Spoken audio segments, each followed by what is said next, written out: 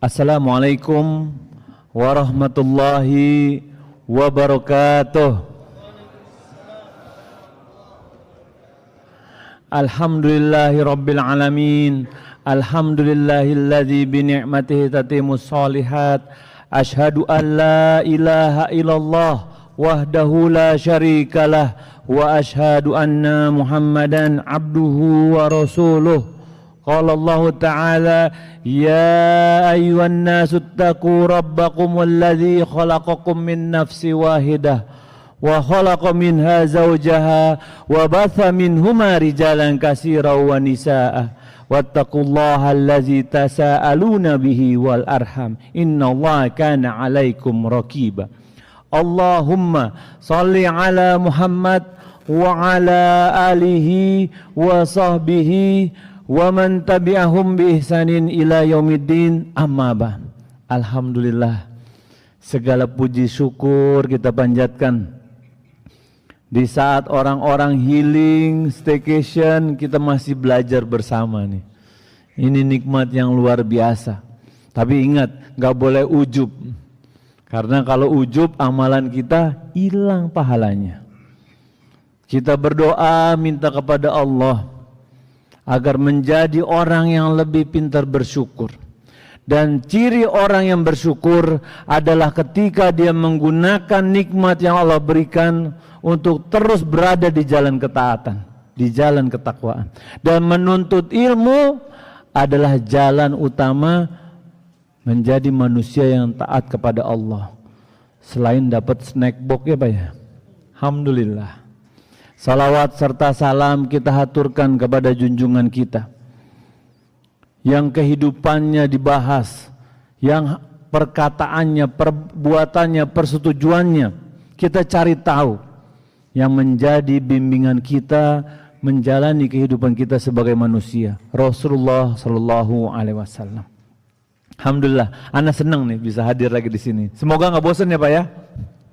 Insya Allah nggak ya. Nah. Pada kesempatan kali ini kita membahas apa Ustaz judulnya Ustaz? Mengapa doaku tak terkabul? Anda ngetes Ustaz Imam aja. Mengapa doaku tak terkabul? Kalau kata doa ini bukan sesuatu yang aneh buat kita. Kita udah hari-hari dengar kata istilah doa. Ya kan? Kita mau makan, mau tidur, masuk kamar mandi. Karena apa? Karena kita sebagai manusia, makhluk yang lemah apa kuat Pak? Lemah. Sehingga ketika kita sadar kita ini lemah, minta sama yang maha besar, maha kuasa. Allah Subhanahu wa Ta'ala. Tahu dari mana kita makhluk yang lemah? Allah katakan dalam surat An-Nisa ayat 28, wa khuliqal insanu dha'ifa. Dan aku ciptakan dan diciptakan manusia ini oleh Allah Subhanahu wa Ta'ala dalam keadaan lemah. Dan ketika kita sadar bahwa kita makhluk yang lemah, permintaan kita, permohonan kita ke yang lebih kuasa itu doa. Dan doa ini berkaitan dengan perkara apa? Dunia dan akhirat. Sekarang kita cek. Kalau kita berdoa, mana yang minta dunia? Mana yang minta akhirat? Jangan-jangan kita sibuk minta dunia. Udah minta dunia terus, ngerasa capek Ustaz, minta mulu nggak dikasih.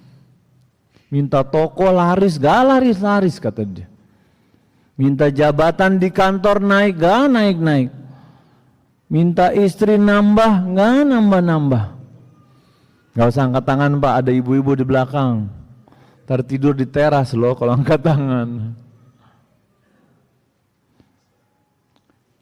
Mereka mengatakan, ana capek Ustaz berdoa. Gak dikasih-kasih juga toh. Seakan-akan suuzon sama Allah Subhanahu wa Ta'ala.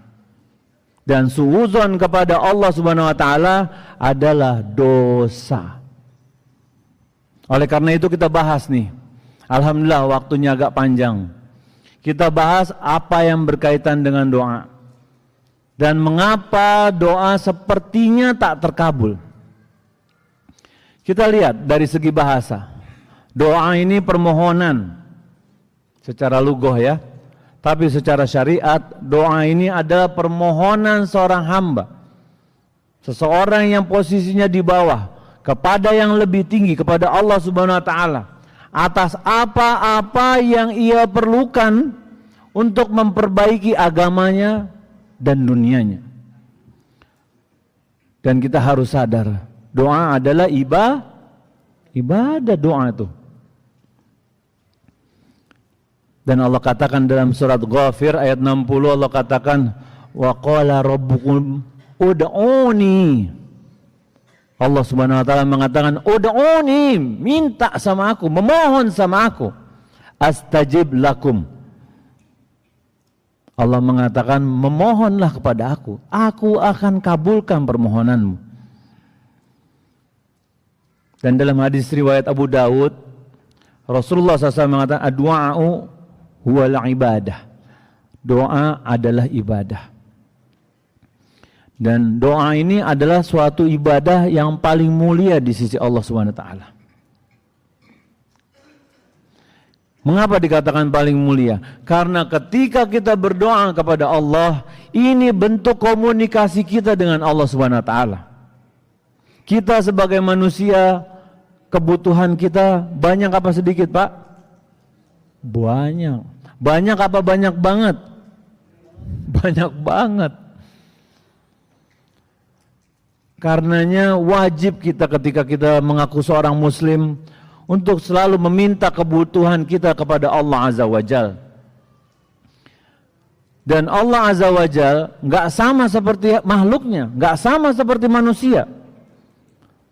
Kalau tiap hari ada yang ngetokin rumah kita, Pak, minta beras dong sekilo, besok ngetok lagi. Kalau sehari dikasih, 2 hari masih sabar, 3 hari, Pak, diketok-ketok. Nggak ada orang. Itu siapa? Orang apa kucing? Kucing. Nggak mau ngomong dia. Bosen dimintain terus.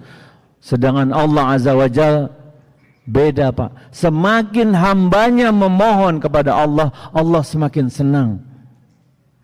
Dan marah jika hambanya nggak mau berdoa kepada Allah Subhanahu wa taala. Dikatakan dalam hadis Tirmizi yang dihasankan Al-Imam Al-Albani, dikatakan rahimallahu taala, innahu man lam yas'alillah, siapa yang tidak memohon kepada Allah, yaghdab alaih, Allah murka sama dia. Jadi kita harus sadar, bentuk permohonan kita kepada Allah, bentuk ketundukan kita kepada Allah, merasa bahwa kita ini butuh sama Allah. Beda sama orang yang jarang berdoa, Pak. Ini kan aneh kan belajar, ana belajar bisnis, wajarlah toko ana di pasar Sleman laku. Aneh kan anak orang kaya, wajarlah kalau mobil ana banyak. Akhirnya menyebabkan apa? Dia nggak mau berdoa kepada Allah. Dia lupa semua itu adalah pemberian Allah Subhanahu wa taala. Allah mau cabut kapan aja bisa, Pak. Bukan karena kecerdasannya, bukan karena keturunannya, karena murni memang pemberian Allah Subhanahu wa taala. Ini yang kadang kita suka lupa. Ketika kita berdoa, ini menunjukkan bagaimana ketergantungan kita kepada Allah Azza wa Jalla. Dan bentuk pengakuan bahwa kita ini butuh sama Allah, Pak. Allah nggak butuh sama kita. Kita yang butuh sama Allah. Dan doa ini adalah refleksi bagaimana tingkat kebutuhan kita terhadap Allah. Semakin kita berdoa, semakin kita merasa butuh sama Allah. Kita sandarkan semua kepada Allah Subhanahu wa taala. Dalam surat Al-Baqarah ayat 186, wa iza salaka ibadi anni, jika ada hambaku yang bertanya kepada engkau, fa inni qarib, sesungguhnya aku dekat. Jadi Allah Azza wa Jalla mengatakan, aku ini dekat dengan hambanya. Ujibu da'watad da'i iza da'ani, Aku akan mengabulkan, aku akan memberikan permohonan orang-orang yang meminta kepadaku, kata Allah. Jadi ketika kita tahu di sini bahwa Allah Subhanahu wa taala berjanji akan mengabulkan doa-doa kita. Bahkan para ulama terdahulu, Pak. Al-Imam Ibn Rajab Al-Hambali beliau mengatakan orang-orang soleh terdahulu nih ini meminta kepada Allah bahkan perkara yang sepertinya sepele sama kita. Garam di rumahnya habis, minta sama Allah. Tali sendalnya putus, minta sama Allah. Karena butuhnya sama Allah. Bukannya tiba-tiba muncul garam gitu Pak secara goib, enggak. Bukan tiba-tiba tali sendalnya tiba-tiba nyambung lagi gitu, bukan. Tapi Allah dengan caranya tiba-tiba ada tetangga datang bawain garam, atau tiba-tiba buka toples, oh ini lupa garamnya ada di sini. Allah mau mengabulkan doa hambanya dengan segala macam cara, Pak. Dan ini menunjukkan bagaimana sikap kita, tawadunya kita, bergantungnya kita kepada Allah Azza wa Jalla. Bagaimana dengan kita? Karena ini berkaitan dengan tawakal. Apakah kita merasa semua yang kita peroleh adalah murni hasil perbuatan kita? Subhanallah. Bahkan ada yang mengatakan gini, Ustaz, kayaknya salah deh Ustaz kalau seorang hamba hanya meminta, harusnya dia minta surga aja Ustaz, jangan minta yang lain. Ini pun ucapan yang salah. Salah juga ada yang mengatakan, kamu jangan banyak-banyak doanya, kalau banyak-banyak nanti nggak dikabulin. Ini ucapan yang salah. Bahkan ada yang mengatakan, aku malu minta sama Allah, aku banyak dosanya. Ada orang yang seperti itu, Pak. Allah Subhanahu wa taala Maha mengabulkan semua keinginan kita. Oleh karena itu kita bahas nih, ketika di sini jelas poinnya bahwa Allah Azza wa Jalla, pemilik langit dan bumi ini mengabulkan semua doa. Yang jadi pertanyaan menggelitik di diri kita, kenapa kadang-kadang rasanya sepertinya doa kita nggak dikabulkan? Nah ini kita bahas nih. Apa penyebab-penyebab? Ternyata doa bisa tak terkabul. Bukan karena Allah tidak mengabulkan, tapi ketika kita tidak memahami cara berdoa atau bagaimana pengabulan doa itu. Jadi insya Allah ke depan kita bahas. Jadi yang pertama, ketika Allah janjikan doanya dikabulkan, mengapa doa menjadi tidak terkabul? Ternyata Pak, ada faktor-faktor penghalang terkabulnya doa. Jika faktor-faktor ini ada pada kita, ini akan menyebabkan doa kita terhalang. Kita lihat faktor yang pertama. Yang menyebabkan doa tidak terkabul. Pertama adalah ketika dia tidak ikhlas dalam berdoa. Kita tahu syarat diterimanya semua ibadah yang nomor satu apa? Ikhlas karena Allah Azza wa Jalla. Allah katakan dalam surat Ghafir ayat 14. Fad'ullaha mukhlishina lahuddin. Maka sembahlah Allah, maka memohonlah kepada Allah dengan memurnikan ketaatan kepada Allah Azza wa Jalla. Ketika kita berdoa dan doa adalah ibadah, harusnya kita tujukan hanya kepada Allah. Dan agar lebih ikhlas bagaimana caranya? Berusaha disembunyikan, tidak mengharapkan pujian dari manusia. Iya kan? Namun kita lihat zaman sekarang, Pak. Berapa banyak orang di luaran sana yang kalau berdoa postingnya di mana? Di-upload di sosial media ya Pak ya. Kadang ditulis di Facebook. Aku ingin begini, semoga dikabulkan. Ini berdoanya sama Mark Zuckerberg apa gimana? Atau ada orang-orang yang kalau lagi umroh gimana Pak? Berdoa, angkat tangan. Nih Ka'bah nih. Udah kelihatan nggak Ka'bahnya nih miring-miring sedikit badannya gitu. Kita berdoa disunnahkan menghadap kiblat.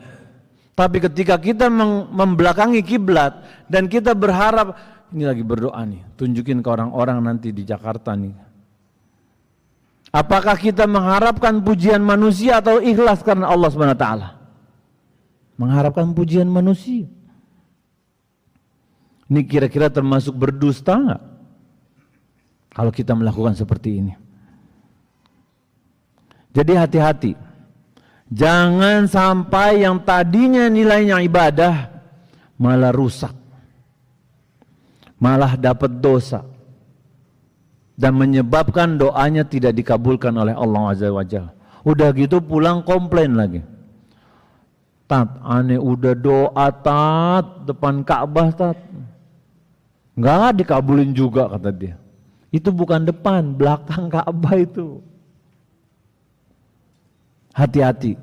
Jangan sampai kita menjadi orang-orang yang ketika berdoa tidak ikhlas karena Allah Azza wa Jalla. Yang kedua, penyebab doa tidak terkabul, penghalang doa ya, adalah ketika kualitas doa tersebut nggak bagus memang. Doa ini bagaikan pedang di tangannya seseorang. Tergantung siapa yang mengayunkan. Ulama Ibnu Qayyim rahimahullah beliau mengatakan doa ta'awuz ini seperti senjata. Kehebatan sebuah senjata sangat tergantung di tangan yang mengayunkan. Bukan cuma senjatanya yang tajam, tapi kalau ngayuninnya nggak bisa.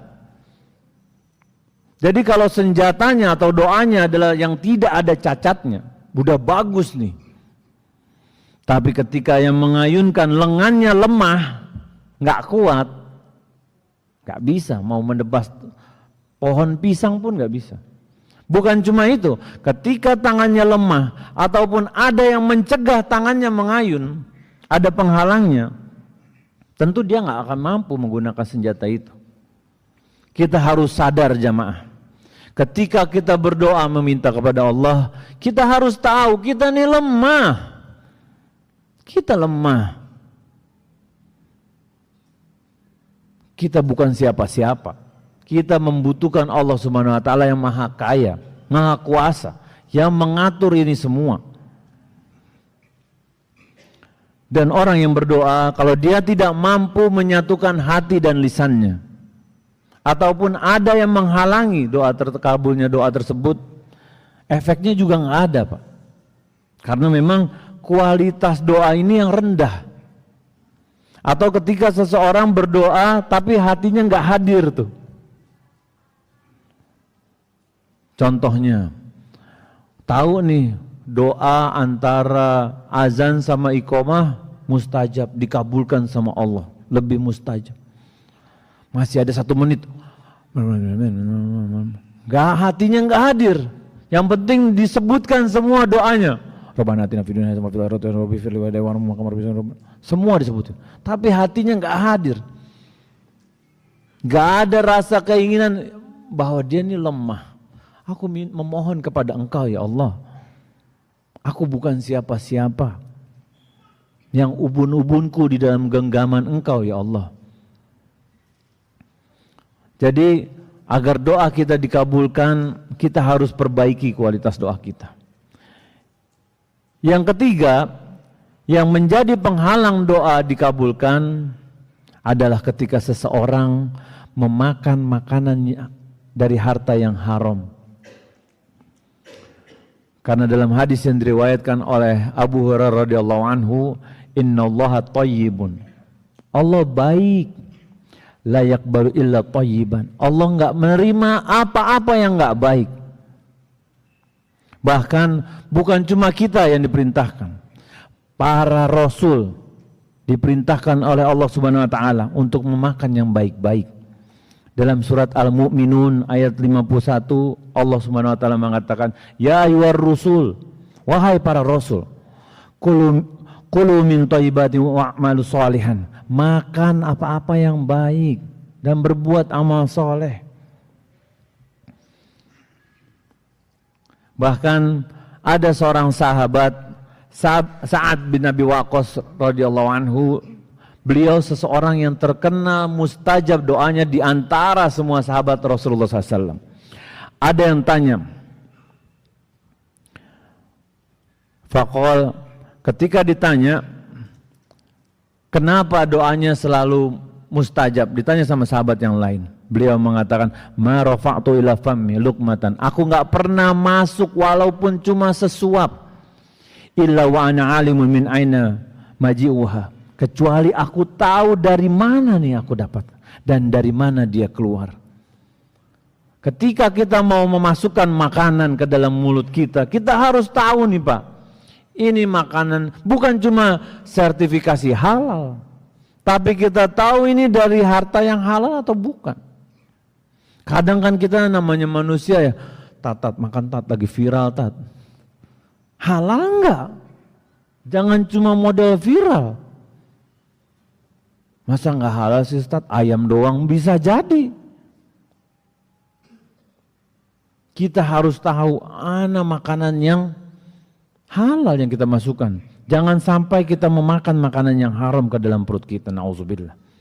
Dan ini menjadi penghalang doa dikabulkan. Ketika kita memakan makanan yang haram atau bersumber dari harta yang haram. Bagaimana kita berdoa minta kepada Allah kalau tiap hari kita korupsi, sogok sana sogok sini, harta yang kita dapat banyak memang, tapi dari cara yang haram.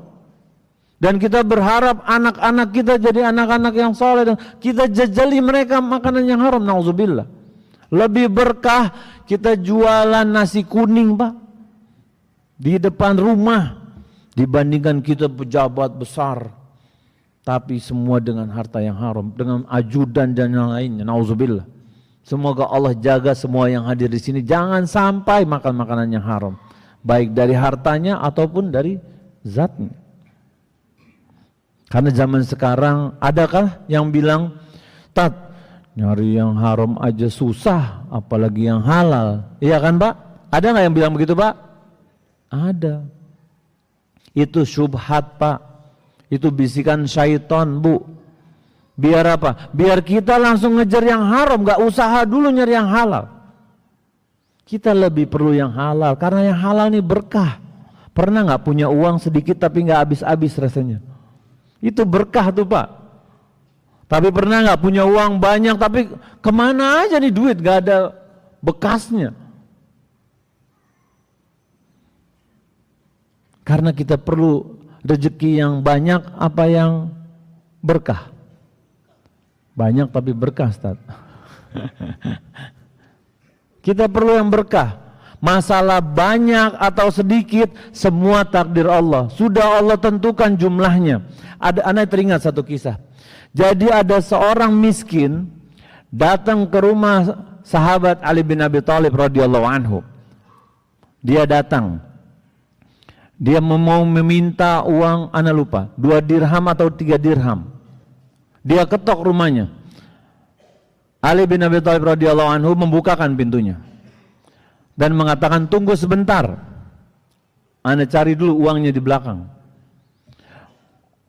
Cari lama nyarinya. Si orang miskin ini nggak sabar Pak. Ah lama nih kalau bahasa kita ya. Udah deh. Pas lagi mau jalan keluar, dia lihat tali kekang kudanya Ali bin Abi Thalib radhiyallahu anhu.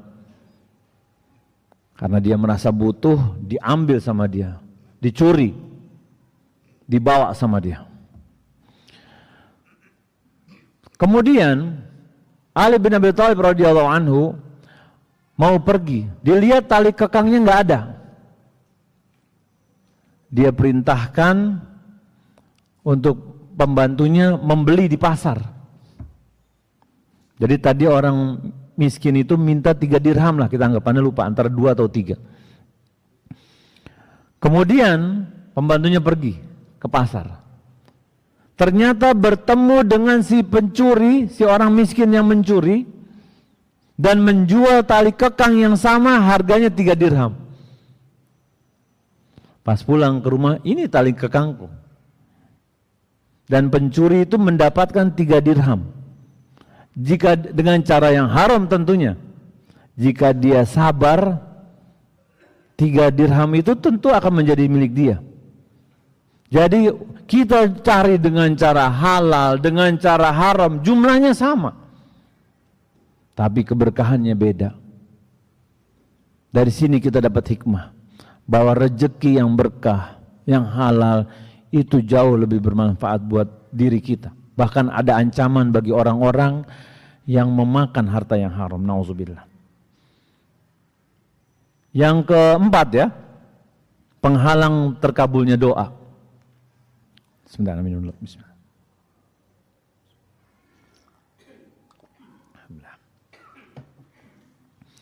Penghalang terkabulnya doa adalah ketika dia tergesa-gesa, terburu-buru, dan putus asa dalam berdoa.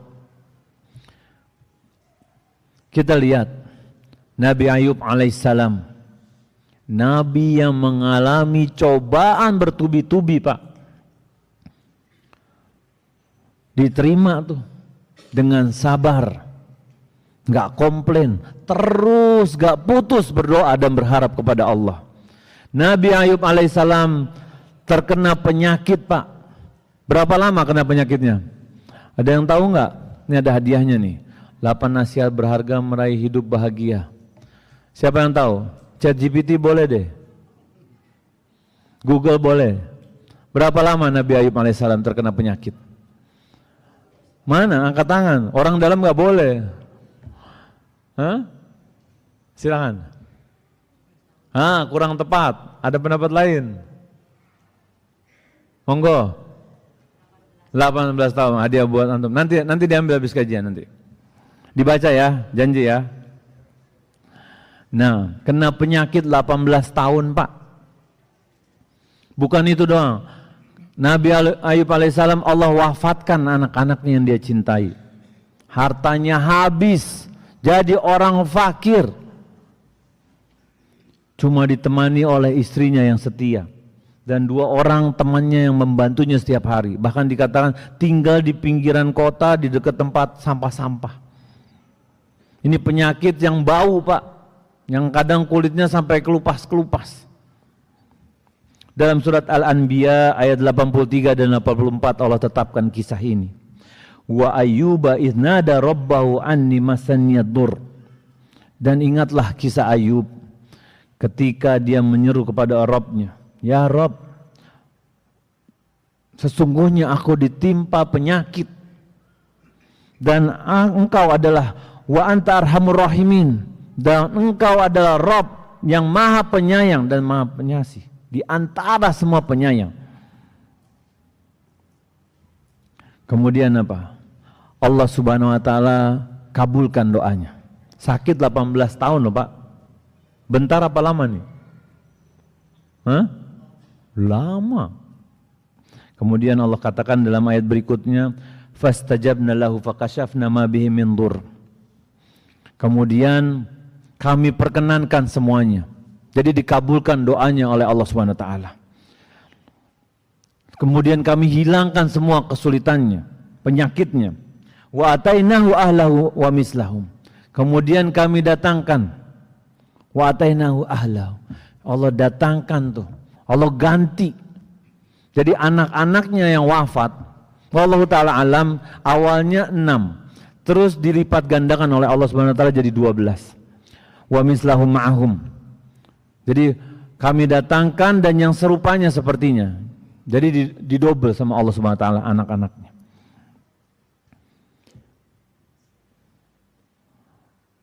Lihat bagaimana Nabi Ayub alaihissalam. 18 tahun sakit, Pak, sampai nggak punya uang, sampai istrinya jual tuh rambutnya, karena memang udah nggak punya apa-apa, menderita.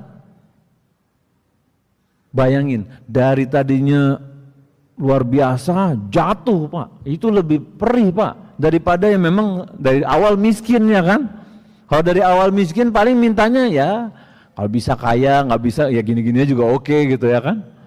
Kalau ini enggak Pak, anggap aja tadinya orang sukses jatuh, anak-anaknya nggak ada semua, tapi nggak menyerah, memohon kepada Allah, nggak putus asa.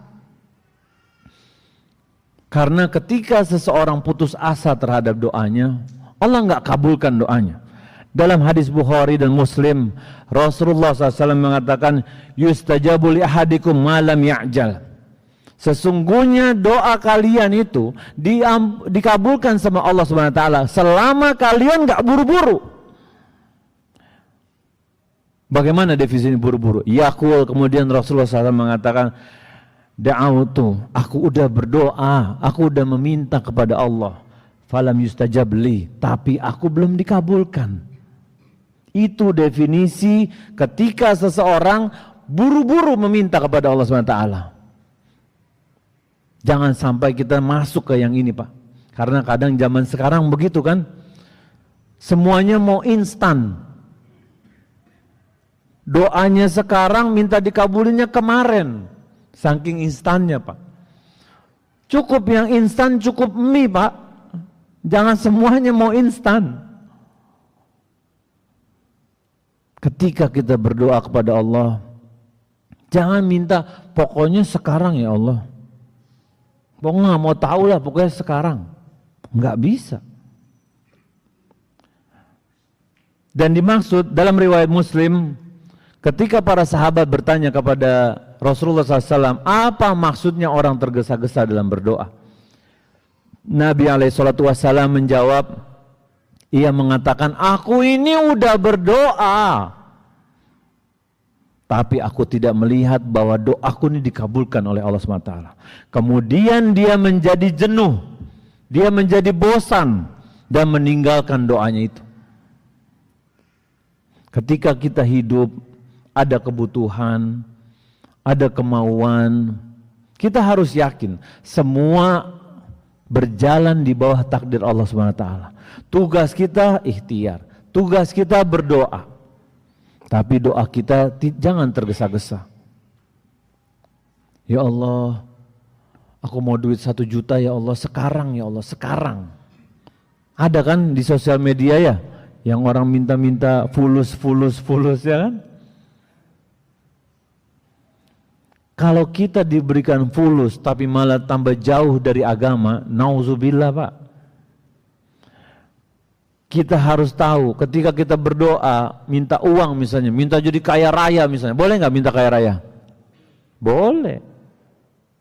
Tapi kalau tidak dikabulkan atau belum dikabulkan sama Allah, itu bisa jadi kalau kita kaya raya, kita malah jauh dari agama. Jadi dengan kondisi kita seperti ini harus kita syukuri, masih bisa ke kajian, masih bisa belajar. Bapak jangan kira orang kaya raya nggak sibuk, sibuk Pak. Gimana caranya nih uang biar beranak lagi? Gimana caranya biar aman? Gimana caranya nanti kan kebutuhan naik lagi? Gimana ini, istri ini? Ada kisah orang tadinya dia pengangguran. Kalau kajian selalu di depan. Kalau sholat soft 1 Pak. Suatu saat dia buka franchise mie ayam. Gimana kabarnya? Alhamdulillah. Mulai ada kehidupan sehari-hari. Alhamdulillah. Tapi kajian udah mulai nggak di depan. Sholat tetap di depan Pak. Gak berapa lama gerobaknya tambah banyak. Harus ngecek gudang ya kan, harus belanja, harus ngatur jualan, harus ini, harus. Akhirnya batang hidungnya udah gak kelihatan lagi kalau begitu. Dia sibuk dengan perkaranya dunianya. Uangnya banyak gak? Banyak. Tapi membuat dia malah jauh dari Allah, na'udzubillah. Jadi ketika kita kondisinya masih bisa terus mendekat kepada Allah, rezeki kita berapapun kita syukurin. Karena kalau rezeki kita ditambah belum tentu Pak kita dekat sama Allah. Karena kalau diuji dengan kemiskinan, kesulitan, insya Allah orang lebih dekat sama Allah kan. Misalnya nauzubillah ada yang lagi gempa, lagi kebakaran, lagi kebanjiran. Oh itu khusyuk tuh berdoanya. Tapi ketika dia sukses, aneh kan S3 nih profesor. Aneh sekolah pasti laku, aneh pasti ini. Aneh kan 7 turunan pinter dagang. Aneh kan anak ningrat, aneh kan ini. Ketika ini kita miliki, akan kejatuhan yang akan menimpa kita, nauzubillah. Yang kelima, sebab penghalang terkabulnya doa adalah ketika dia tidak menjalankan sebab yang mengantarkan pada keinginannya, pada harapannya. Ada orang berdoa aja Pak, tapi dia nggak ikhtiar, tidak menjalankan sebab. Ini menjadi penghalang doa dikabulkan. Ada orang mau punya uang, tapi dia tidur-tiduran aja di kasur, disuruh istri, mas kerja mas, anak perlu uang sekolah, ini udahlah sambil main HP. Itu paketan juga numpang sama kelurahan, mumpung gratis. Gak mau dia berangkat. Ada seseorang, nih teman-teman nih, adik-adik nih, kalau mau ujian, belajar apa tidur? Belajar. Hasilnya kan udah Allah tentuin. Tidur aja lah, nggak usah belajar. Salah. Pelajar tugasnya belajar. Kalau udah belajar, berdoa minta sama Allah, ya Allah mudahkan ya Allah. Ketika kita tidak menjalankan sebab, ini menyebabkan doa terhalang. Jadi tugas kita menjalankan sebab, ingat ya, bukan meyakini sebab itu yang menjadi dikabulkan doa. Ini harus dipahami nih, karena berkaitan dengan takdir. Ketika misalnya contoh gini, ada orang demam, minum paracetamol. Ketika ini salah satu menjalankan sebab kan, ketika dia meyakini obat ini yang menyembuhkan dia, ini adalah perbuatan yang menyelisih takdir, menyelisih syariat Islam.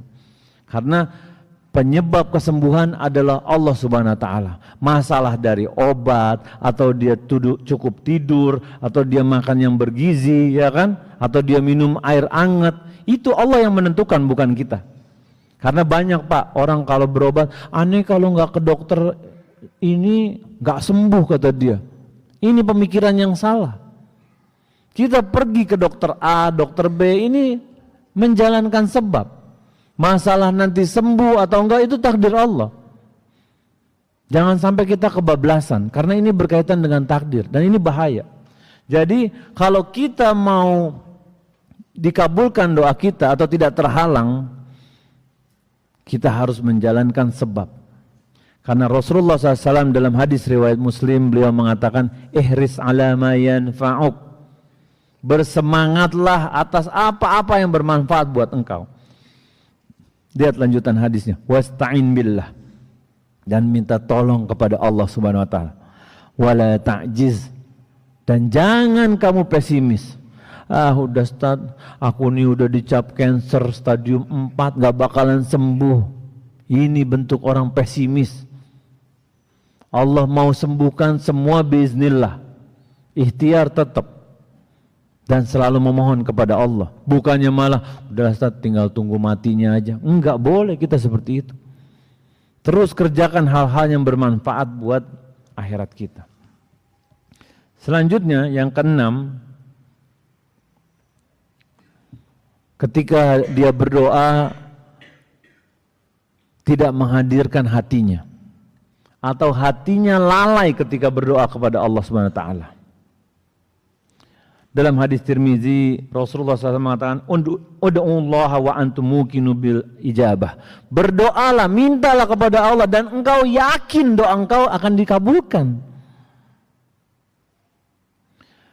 Dan lanjutannya, wa'lamu anna Allah la yastajibu du'an min qalbin ghafilin lahin. Dan ketahuilah, Allah Subhanahu wa taala tidak mengabulkan doa dari hati yang enggak konsen, yang lalai. Karena kadang kita manusia Pak ya, lagi berdoa mikirin gimana tadi tuh ya, uang belanja cukup nggak ya, ini naik semua, ini cabai lagi mahal lagi. Atau misalnya kita berdoa lagi berisik, atau berdoa lagi ngantuk atau capek, akhirnya jadi hati kita nggak fokus, nggak konsen kita. Apa yang kita ucapkan kita nggak tahu maknanya.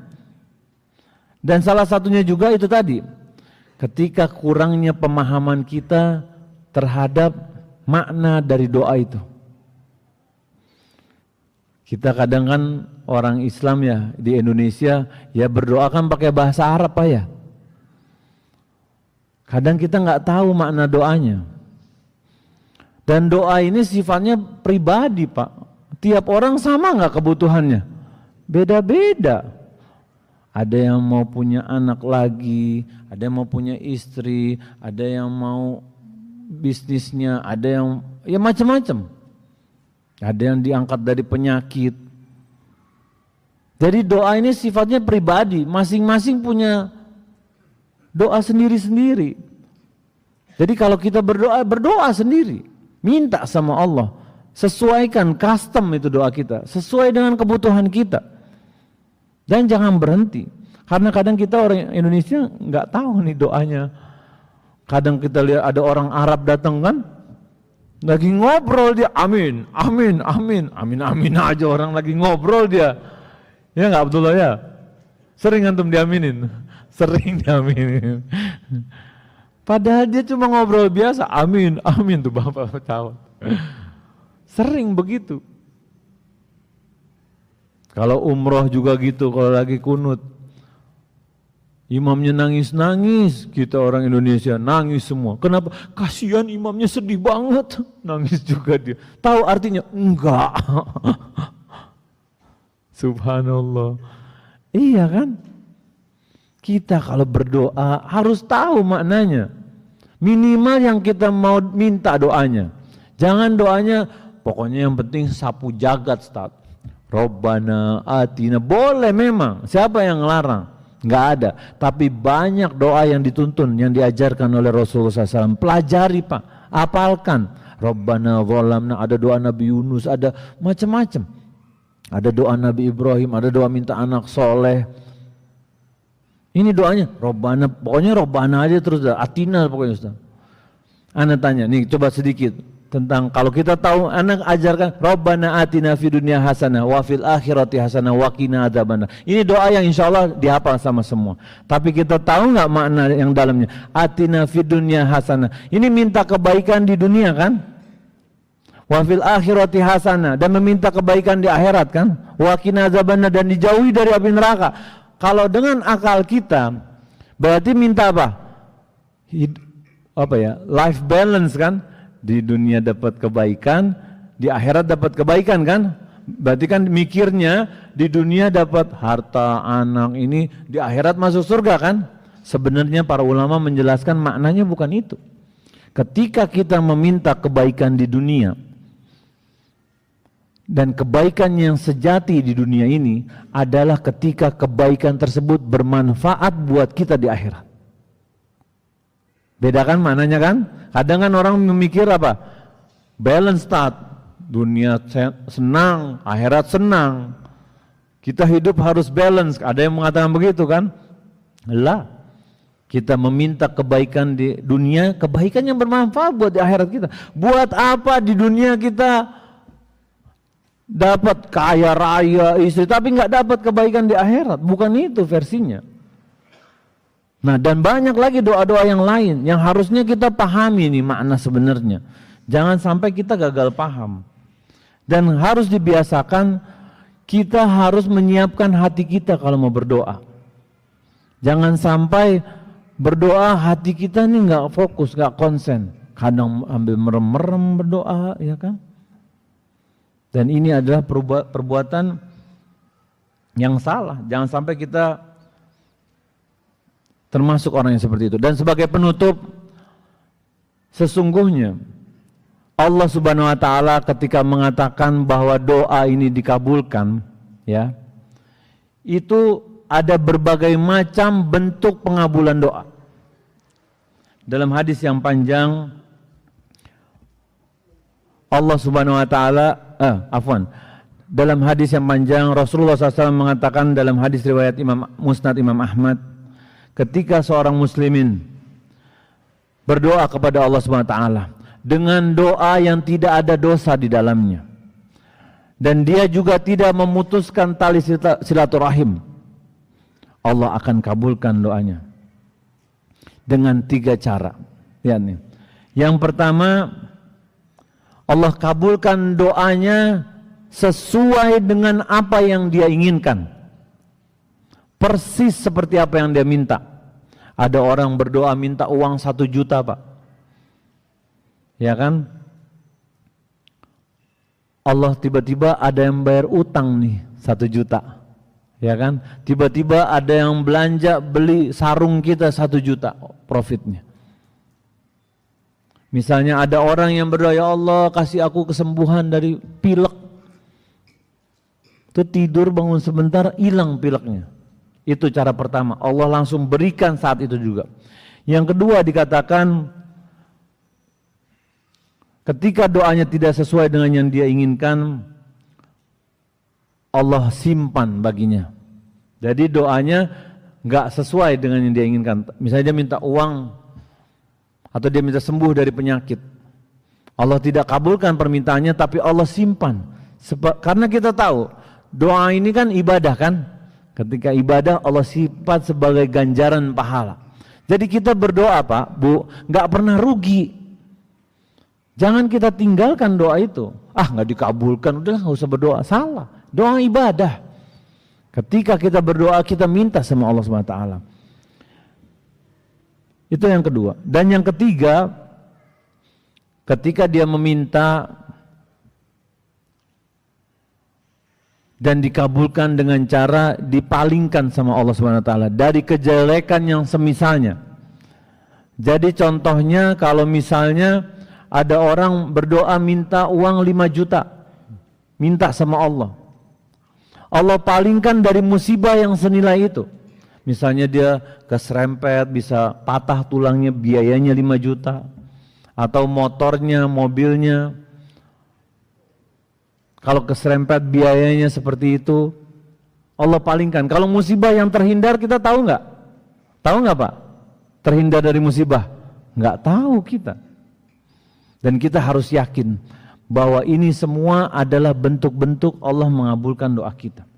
Karena di balik hikmah doa yang tidak Allah kabulkan atau belum terkabulkan, itu menguji kesabaran kita, menguji keimanan kita kepada Allah SWT. Ingin agar kita selalu meminta kepada Allah, karena Allah SWT mencintai hambanya yang selalu meminta kepada Allah. Dan Allah ingin memberikan kita di waktu yang tepat Pak, bukan sesuai maunya kita. Allah tahu yang terbaik buat kita, dan kita nggak tahu yang terbaik buat diri kita. Dan ketika ada orang sakit, ya dia berdoa minta kesembuhan, belum sembuh-sembuh, kan kita tahu sakit itu penggugur dosa. Dosa-dosa kita Allah gugurkan, dan ini adalah nikmat yang besar. Dan kita harus yakin, kita harus positif kepada Allah SWT, harus berhusnuzon kepada Allah SWT. Karena dalam hadis riwayat Bukhari dan Muslim, Rasulullah SAW mengatakan, ana inda zonni abdi bi, aku sesuai prasangka hambaku. Kita berprasangka buruk, Allah berikan keburukan. Kita berprasangka baik, Allah berikan kebaikan. Dan dari sini kita pahami bahwa kita ketika kita berdoa, doa Allah kabulkan dengan cara yang berbeda-beda. Tapi kita cek dulu, adakah penghalang-penghalang terkabulnya doa kita. Kalau ada 1, ada 2, ada 3, kita hilangkan semua. Dan selalu yakin Allah akan memberikan yang terbaik buat kita. Barakallahu fiik. Na'am.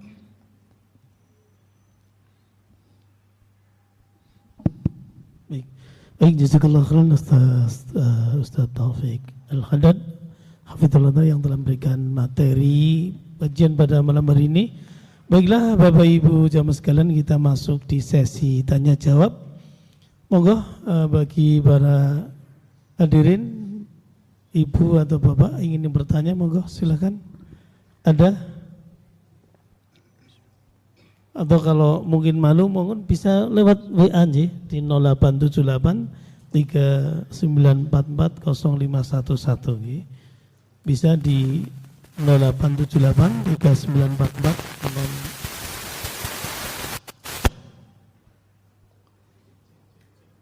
mati ya.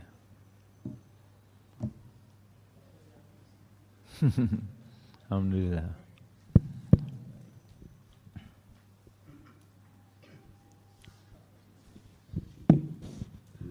Cik, monggo. Ada yang ingin bertanya?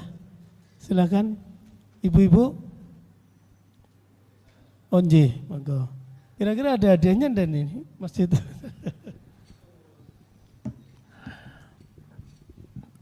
Assalamualaikum warahmatullahi wabarakatuh. Waalaikumsalam warahmatullahi wabarakatuh. Ustadz, saya mau tanya Ustadz.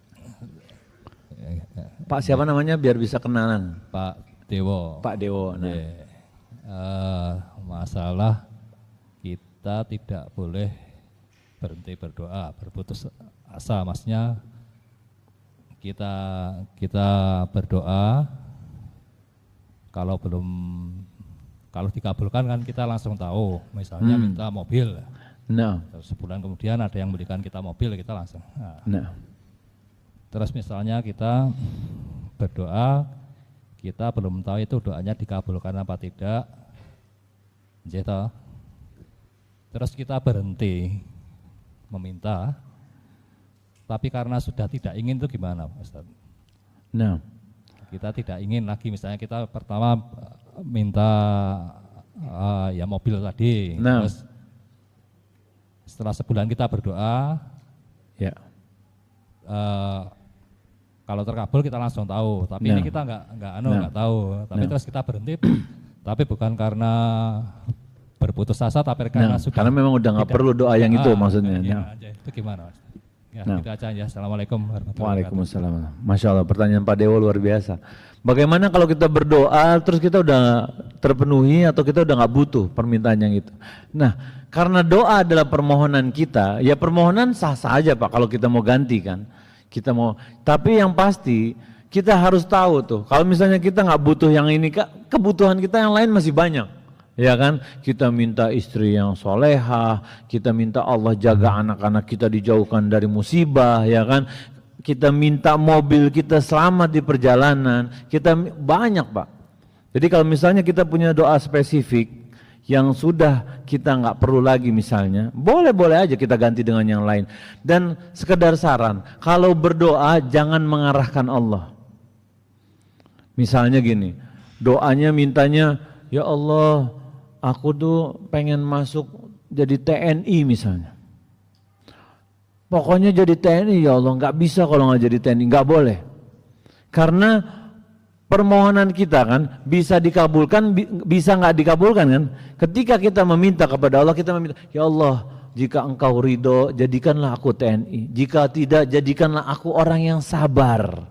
Itu doa kita. Jadi kita tahu menyikapinya. Ketika kita nggak jadi TNI, kita nggak, kan kadang ada yang stres kan Pak, nggak jadi polisi, nggak jadi anggota DPR, nggak jadi bupati, stres.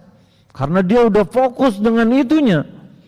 Dia lupa bahwa dia berjalan di bawah takdir Allah, walaupun udah ratusan miliar dia keluarkan, habis-habisan duitnya. Tapi kalau Allah tidak izinkan, Allah nggak kabulkan. Wallahu ta'ala alamna. Baik, Mas Allah. Jazakallah atas jawaban Ustaz. Pertanyaan berikutnya, monggo. Silakan.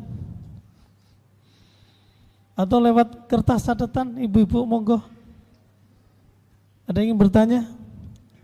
Ayo, mbak-mbak, mungkin bagaimana cara dapat suami yang soleh begitu, enggak apa-apa. Itu ada Ustaz. Mana? Sinten? Oh, Ji.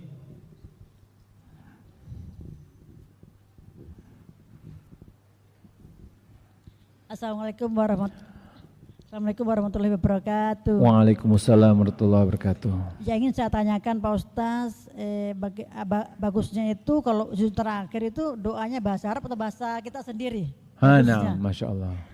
Jadi gini, kalau berdoa Memang kita boleh berdoa dengan bahasa kita sendiri di luar sholat ya. Kalau sholat disunahkan kita berdoa ketika dikatakan dalam hadis posisi seorang hamba paling dekat dengan Rabbnya wahwa sajidun, ketika dia sujud. Fa'aksirud du'a. Jadi kita diperintahkan ketika sujud memperbanyak doa. Tapi bukan berarti ketika dikatakan memperbanyak doa itu ketika sujud terakhir, Pak. Ini yang kadang suka gagal dipahami sama sebagian orang. Jadi ketika mau salam, sujudnya lama. Sampai cekot-cekot pala makmumnya ini nungguin imamnya nggak bangun-bangun. Ini menyelisih syariat. Karena Rasulullah SAW itu kalau sholat, berdirinya, rukunya, itidalnya, sujudnya sama semua waktunya. Tidak ada yang dibedakan. Jadi ketika kita diperintahkan memperbanyak doa ketika sujud, ya dengan takaran waktu yang sama. Dan kalau kita mau lebih lama ya tentu kita ketika lagi sholat sendiri, lagi tahajud, lagi apa, lama, berdirinya lama, kadang kan kita enggak. Berdirinya sebentar, sujudnya yang lama. Dan kalau kita lagi sholat, kita berdoa minta sama Allah ketika lagi sujud. Dan itu adalah posisi kita paling merendah, meminta kepada Allah kan. Kita menghambakan diri kita benar-benar tuh ketika lagi sujud. Nah kalau kita mau berdoa di luar itu, mau pakai bahasa Indonesia boleh. Allah Maha tahu Bu permintaan kita. Selama tadi dikatakan syaratnya, tidak seseorang tidak ada dosa di dalamnya. Maksudnya gini, semoga dia jadi orang susah, itu kan doa buruk. Allah nggak kabulkan. Kecuali dia dizolimi, lain lagi ceritanya. Tapi kalau dia doa sesuatu yang keburukan buat saudara muslim ini, Allah nggak kabul. Ketika dia memutuskan tali silaturahim, Allah nggak kabulkan doanya. Nah, maka kalau kita mau dapat pahala double, tentu kita harus hafalkan doa-doa yang dilafazkan oleh Rasulullah SAW. Ketika kita berdoa, siapa ahli doa terbaik di muka bumi? Siapa Pak?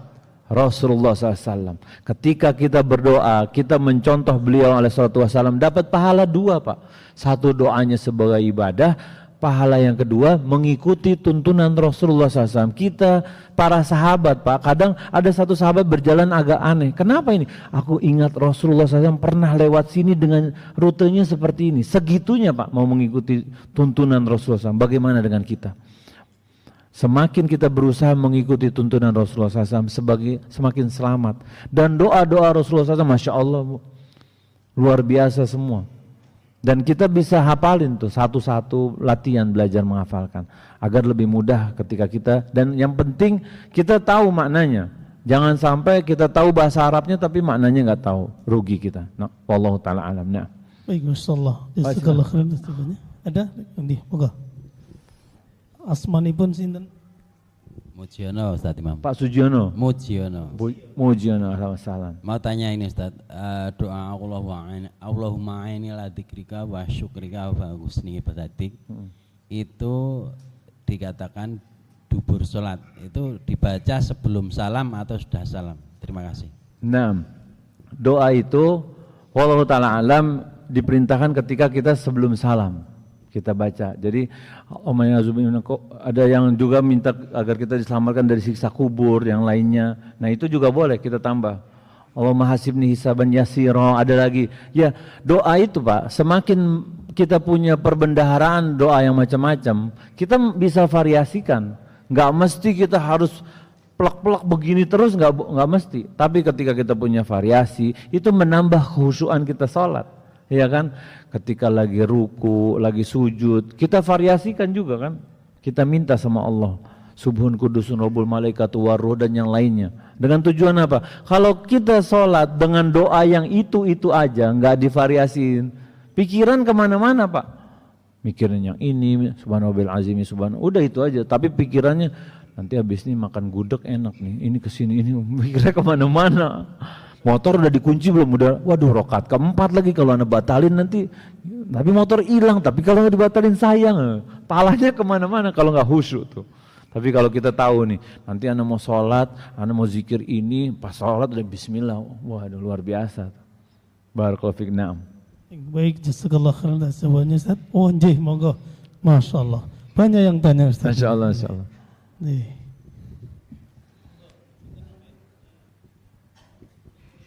Ya, terima kasih. Coba lihat WA saya, Dok. WA saya. Terima kasih.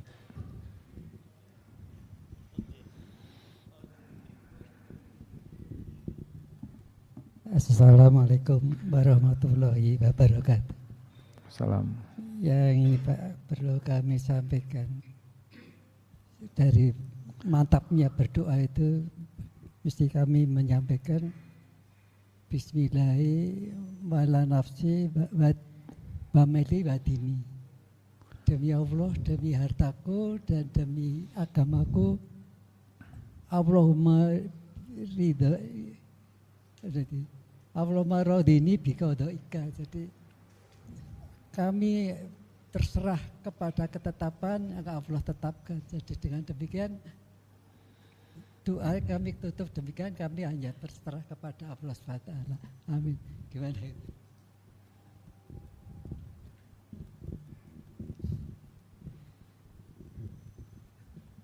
Ji, ya mungkin dari sedikit masukan nanti. Ji. Ini ada pertanyaan Ustadz.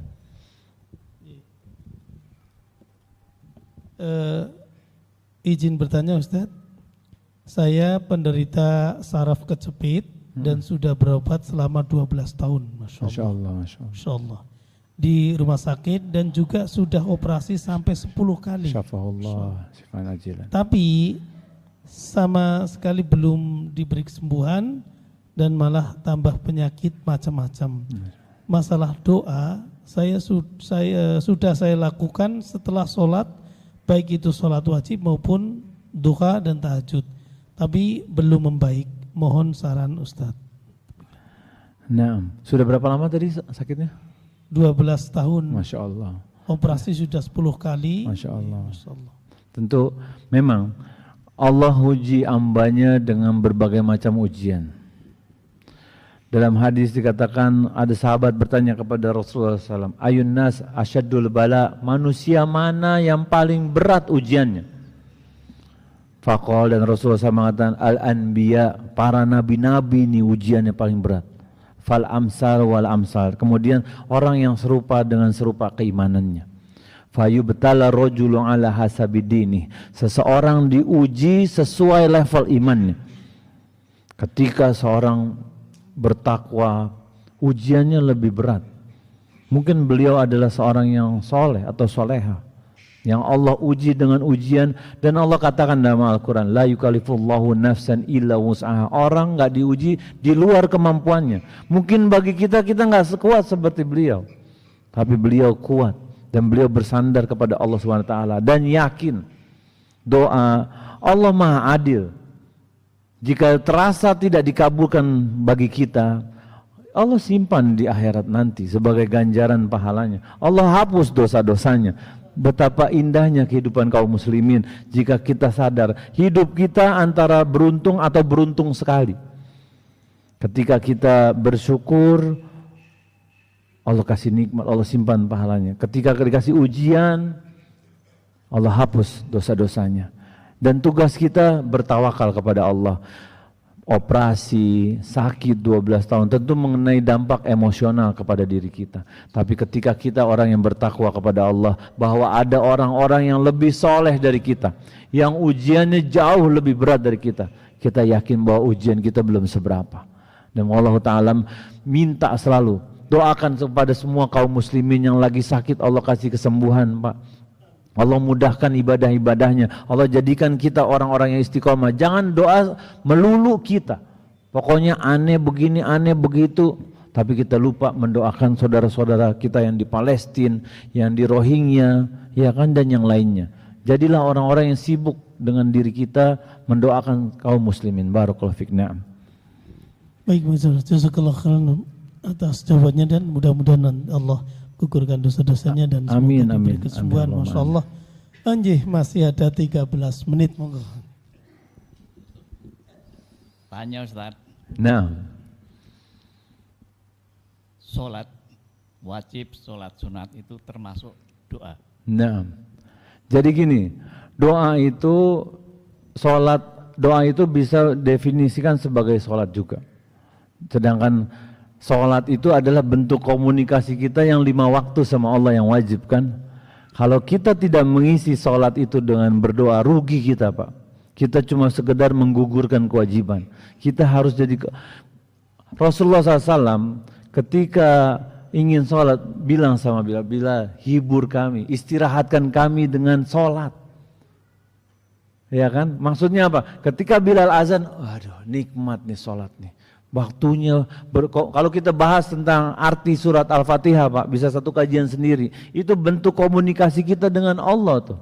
Iyyaka na'budu wa iyyaka nasta'in. Hanya kepada Engkau aku beribadah ya Allah. Hanya kepada Engkau kami memohon pertolongan. Ini kalau kita resapin benar-benar pas lagi sholat.